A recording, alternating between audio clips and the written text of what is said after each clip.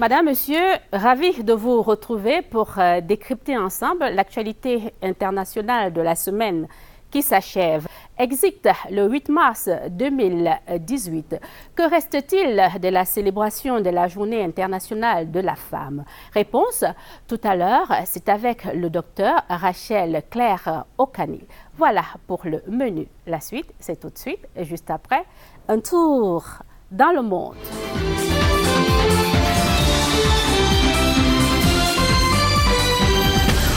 Docteur Rachel Claire Okani, bonjour. Bonjour, madame. Nous allons avec vous poursuivre la réflexion sur la GIF, la Journée internationale de la femme.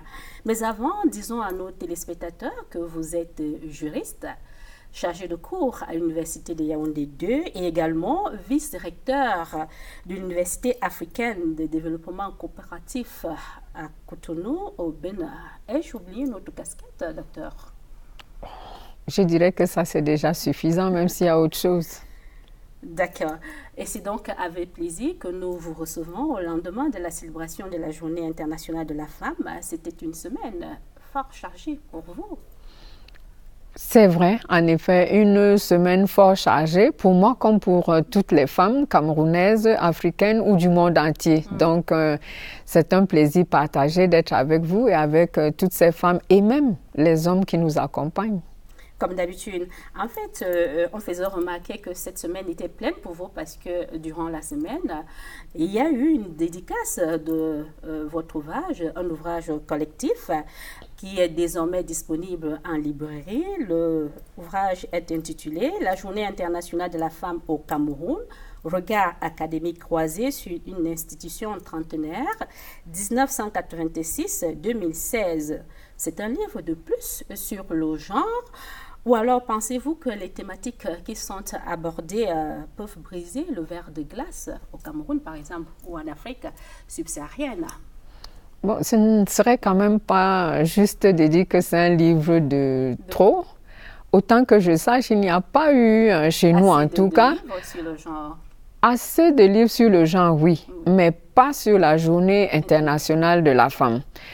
Cette journée qui est importante pour nous toutes, pour nous tous, a longtemps fait l'objet de beaucoup de curiosité, de commentaires bienveillants, malveillants, célébrés avec face ou non. Et j'ai personnellement voulu l'amener pour qu'on l'examine au sein de mon milieu, qui est l'université, et donc nous sommes partis des milieux ouverts pour qu'on réfléchisse sur la Journée internationale de la femme dans l'amphithéâtre. Et c'est pour ça que ce sont exclusivement les collègues, que ce soit du Cameroun, d'autres pays africains, 4 pays au total, d'où la suggestion par moment d'intituler le livre « La Journée internationale de la femme en Afrique » en raison des ressemblances qu'il y a entre les différents pays.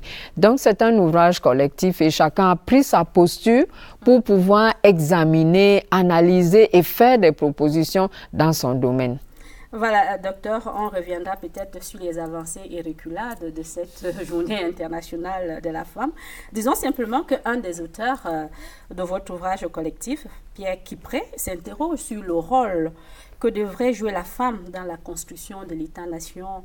Devons-nous comprendre que la femme africaine a tort de revendiquer un mieux-être, de revendiquer d'autres droits? Non, au contraire. D'abord, ça rejoint le fait que le livre aurait dû être intitulé Journée internationale de la femme en Afrique, aurait pu. Parce que moi, je suis partie de vouloir examiner cette journée dans notre pays. Mais maintenant, grâce à l'intérêt qu'a suscité ce thème, d'autres collègues se sont appropriés la question et ont bien voulu se joindre à nous. Donc, pour revenir au professeur Kipré, qui est un professeur émérite, il a il s'est penché non pas pour dire que les revendications ne sont pas les bienvenues. D'ailleurs, quand on va à la conclusion de son propos, c'est pour dire que même si, en tant qu'historien reconnu, même s'il n'y avait pas eu, n'est-ce pas, formellement une journée internationale de la femme décrétée par la communauté internationale, les Africains eux-mêmes auraient dû instaurer une telle institution. Donc, c'est une revendication légitime de la femme et je me réjouis d'autant plus que ça vient d'un homme avisé et en plus qui n'est pas nécessairement camerounais. Donc, c'est une préoccupation partagée au sein de la communauté africaine. Toujours dans cet ouvrage, docteur, il y a une contribution qui démontre que le 8 mars, historiquement, est dépassé. La controverse autour de cette journée internationale, vous la partagez, elle est si perceptible? Ça nous renvoie à la contribution de la RDC. Est-ce que c'est une revendication dépassée? C'est dépassé si historiquement, si on n'avance pas, si on considère les choses de manière statique, mais il y a évolution. Et c'est en cela qu'elle a cru devoir faire un bilan selon lequel des choses ont été faites. Il y a des avancées, d'ailleurs tout le monde le reconnaît, mais ce n'est pas encore assez. Ce n'est pas encore assez, donc on est amené à faire des efforts, que ce soit au niveau individuel ou au niveau institutionnel, au plan collectif, les hommes comme les femmes. Peut-être également que l'une des observations de cette contribution serait le fait qu'on a l'impression que le 8 mars, les festivités prennent le pas sur la réflexion. Est-ce que cette journée-là devrait être continuée à célébrer tel que cela se fait ou alors elle doit être réformée ou carrément devrait-on penser à une refondation? Ce qui est certain, c'est que ce que les auteurs, n'est-ce pas, de cet ouvrage ont en commun, c'est de dire on peut et on devrait célébrer la journée internationale de la femme, en tout cas chez nous, différemment peut-être ou mieux que ce qui est fait jusqu'alors, où effectivement on a l'impression que les festivités prennent le pas sur la réflexion. La réflexion ici étant considérée comme faire prospérer l'héritage. Parce que la Journée internationale de la femme, comme vous le savez, ce n'est pas une création camerounaise ni africaine, mais c'est une chose, un bien, un acquis des femmes qui nous vient d'ailleurs et qu'on doit maintenant capitaliser, s'approprier en ajoutant des choses qui nous permettent d'avancer et de vivre mieux que là où on se trouve actuellement. Donc, ça devrait être le fait de faire le point et se poser la question de savoir, mais qu'est-ce que cette journée m'a apporté et qu'est-ce qui me reste encore à acquérir ou à conquérir. Voilà. Justement, puisque nous parlons du Cameroun, la manière dont cette journée est célébrée au Cameroun, parlons du pagne du 8 mars, outre l'impact économique et voire même culturel. On a comme l'impression que finalement, après le 8 mars, tout s'estompe. Vous, dans votre ouvrage, vous avez même évoqué une expression, l'agoracratie. Cela signifie quoi exactement?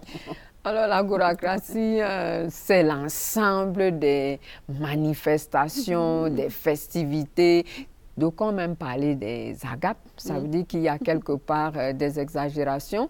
Mais en réalité, ce qu'on souhaitait faire, c'est d'attirer l'attention. Ce n'est pas mauvais de célébrer, de festoyer, mais si je prends les coupures de journée, c'est au vu des coupures de journée et des commentaires qui ont été faits depuis un certain nombre d'années, parce qu'on a étalé notre regard sur 30 ans, les messages même des collègues qui ont travaillé sur les messages, ça interpelle.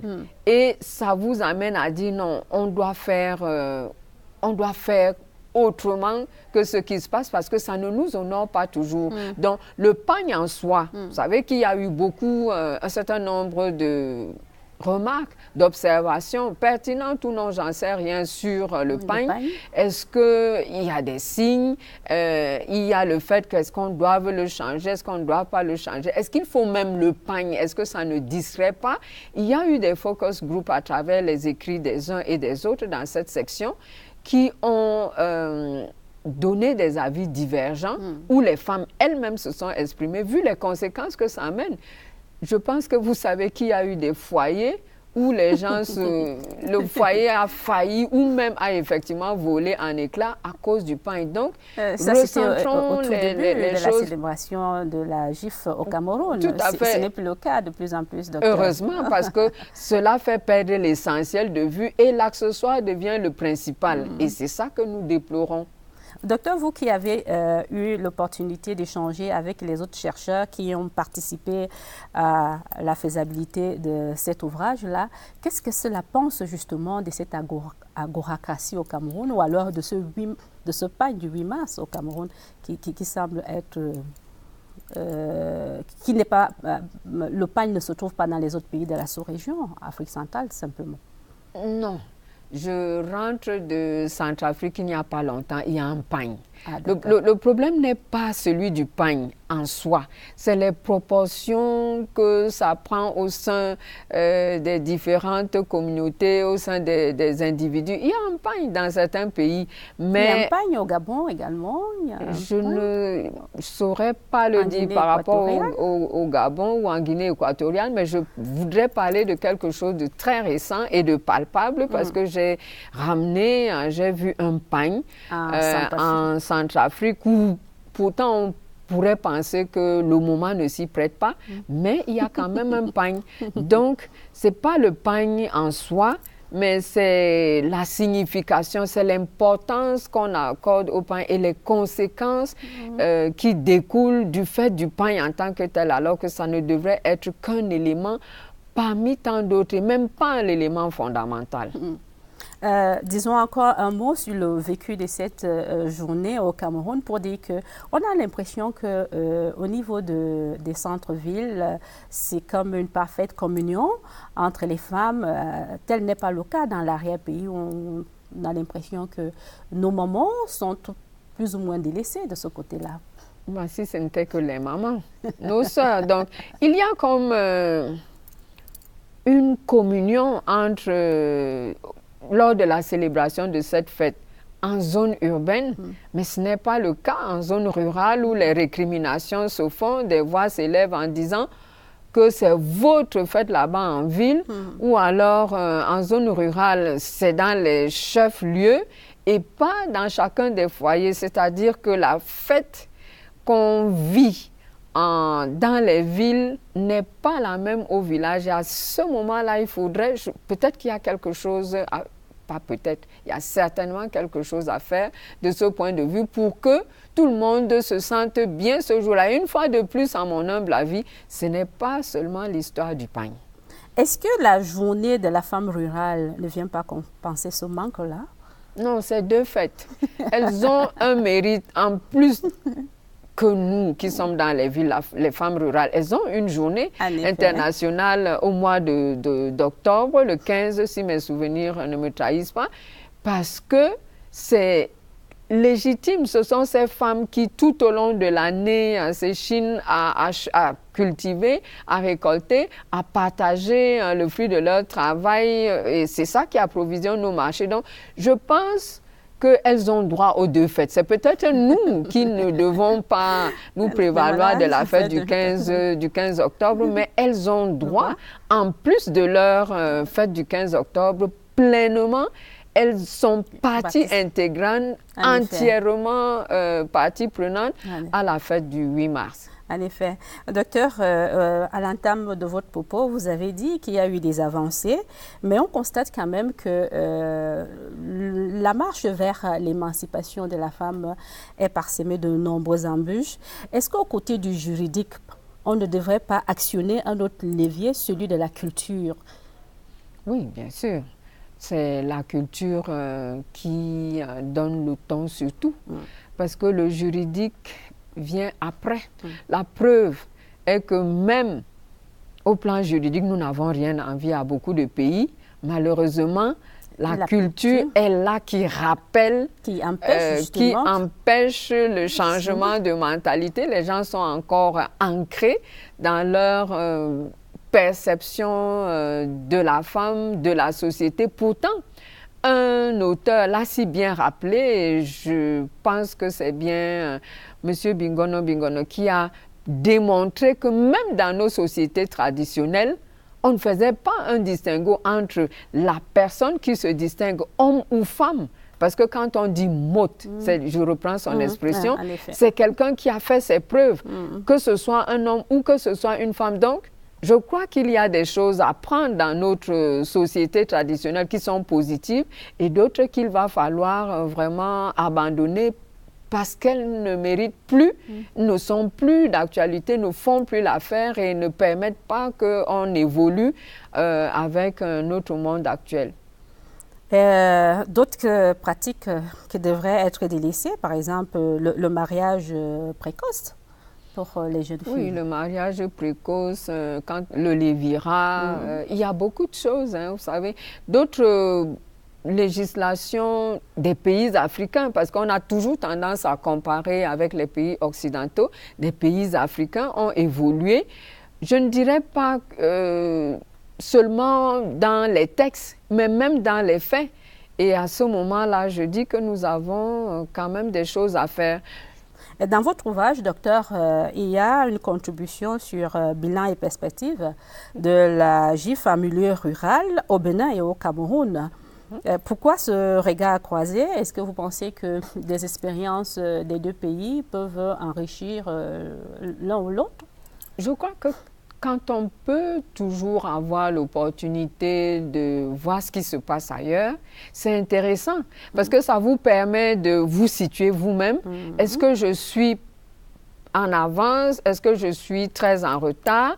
Qu'est-ce que je fais dès lors que mon voisin fait peut-être mieux? Est-ce que je n'ai pas intérêt à regarder ce qu'il fait positivement? Vous savez, au Bénin, il y a une image qu'on a faite avec l'année dernière parce que on n'a pas célébré la Journée internationale de la femme, du moins officiellement, ou on ne l'a pas ignoré, mais ça n'a pas pris les allures qu'il y avait. Et au Bénin? Au Bénin. Et les femmes, pour réagir, on a fait un poster du président Talon qu'on a habillé en kit écossais. On lui a mis du rouge à lèvres et c'était une façon pour les femmes de protester. Non, c'est pour dire que quand il y a des choses positives ailleurs, on les emprunte. Quand elles sont négatives, une approche comparative, à mon humble avis, est toujours d'une plus-value. En effet. Et vous, dans votre ouvrage, vous vous êtes intéressé aux pratiques innovantes telles que l'entrepreneuriat féminin et vous vous êtes basé sur les réseaux sociaux. J'ai envie de vous poser la question, quelle corrélation? Mais quelle relation? Les TIC, on parle du e-commerce, même pour justement nos mamans, les femmes rurales. Ça veut dire que nous devons capitaliser ce qui nous permet d'aller de l'avant, de faire un bond. Nous n'avons pas fabriqué les voitures, mais nous profitons des atouts des voitures. Donc, je pense que nous avons intérêt à regarder ce que nous apportent les TIC.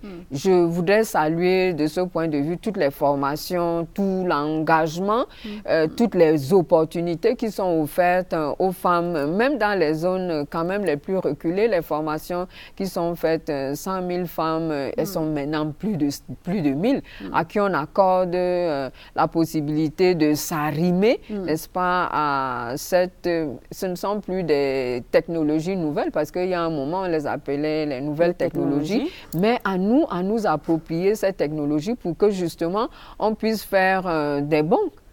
Au-delà de cette appropriation, et on parle aussi, si vous permettez, de l'autonomisation. L'autonomisation ne va pas se faire sans pouvoir générer des ressources, sans pouvoir ne pas dépendre éternellement de l'autre. Donc, l'un dans l'autre, ce ne sont que des moyens, la fin étant que la femme puisse s'assumer. En parlant justement des nouvelles technologies de l'information qui aujourd'hui semblent être maîtrisées par un grand nombre de femmes en milieu rural, c'est bien la formation, mais c'est mieux de pratiquer. Et pour pratiquer, docteur, il faut quand même un minimum, il faut de l'énergie. C'est ça l'enjeu. Ça ne relève pas de mes compétences, vous allez le permettre, parce qu'effectivement, on peut leur offrir des ordinateurs, mais s'il n'y a pas l'énergie, s'il n'y a pas... Est-ce qu'il n'y a pas lieu de faire un plaidoyer dans ce sens-là? Nous ne faisons que ça. Vivement qu'on nous entende et qu'on nous donne les moyens pour assurer l'autonomisation, pour que le retard numérique se fasse au-delà de la formation. Donc, on passe effectivement dans la pratique pour que ce soit une évolution avec des résultats concrets et palpables. D'accord, docteur. Maintenant, faisons une espèce de bilan après Beijing, 30 ans, un peu plus, je ne sais pas. Est-ce qu'en Afrique subsaharienne, la condition de la femme a véritablement changé? Ou alors y a-t-il toujours des domaines réservés pour les hommes? Bon, il y a les deux. La condition a changé. Les domaines réservés, il y en a toujours. En tout cas, au Cameroun, je vois, il y avait jusque-là plus ou moins 2 domaines, mais le commandement, maintenant, les vannes sont ouvertes. On a ainsi des femmes préfets, on a des femmes sous-préfets. Mais il reste encore quelques secteurs.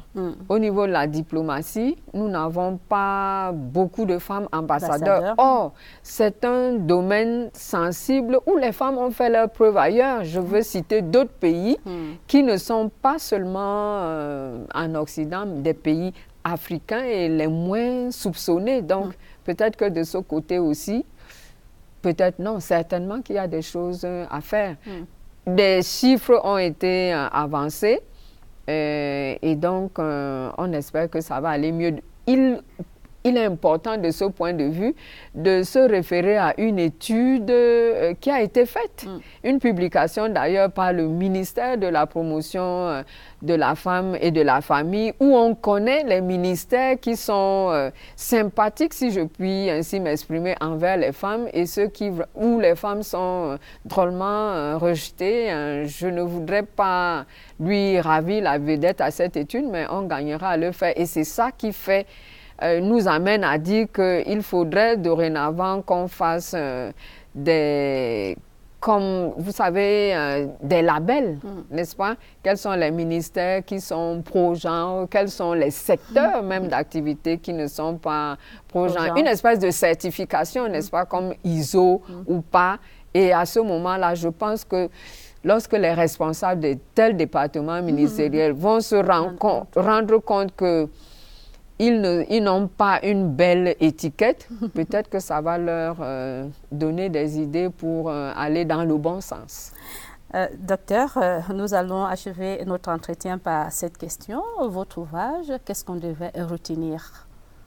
Beaucoup de choses. On a regardé, on a posé un regard rétrospectif. On a vu ce qui se passe actuellement et il y a des perspectives. Et vraiment, à tout point de vue, d'un point de vue économique, historique, géographique, politique, et qu'il est important de se ressourcer et chacun pourra prendre la décision qu'il veut, mais au moins l'avantage c'est qu'on s'est donné du mal pendant 5 ans pour qu'on examine quand même qu'est-ce qu'il y a lieu de faire pour que cette journée soit bénéfique non seulement aux femmes, mais à toute la société entière. Et c'est en cela que je pense que ça mérite quand même le détour ou l'intérêt. Docteur Rachel Claire Okani, merci pour votre disponibilité. C'est moi qui vous remercie de l'opportunité qui a été faite pour qu'on porte le message au plus haut et à tous les Camerounais, les Camerounaises et les Africains et pourquoi pas au monde entier. Je vous en prie.